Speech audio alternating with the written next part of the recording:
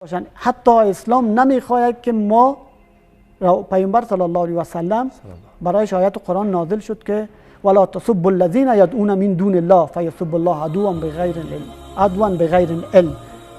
شما حق نداری که تو خدایان دیگران را توهین بکنی.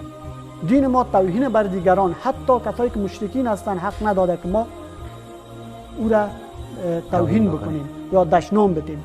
گفته اگر تو خدای دیگران را دشنام دادی، پس از روی نادانی و جهالت خدای تو را دشنام میده. در دین ما بر 3 عین استوار شده. 3 عین: علم است، علم، عدالت و عبادت. دین ما 3 چیز داره. باید عدالت تامین شود در یک کشور. علم بر مرد و زنش فرض است، باید بخوانند و یاد بگیرند و علم آموختن یکی از فرایض دین است. من ثابت می سازم که علم فرض است. آیت قرآن صحیح نامده که علم فرض است، اما من ثابت می سازم از قرآن کریم که علم فرض است.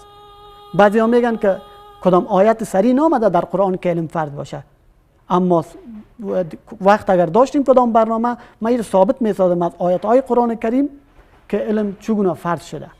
و عبادت، انسان مسلمان باید عبادت داشته باشه. عبادت تنها روزه گرفتن، نماز خواندن و تسبیح گفتن نیست.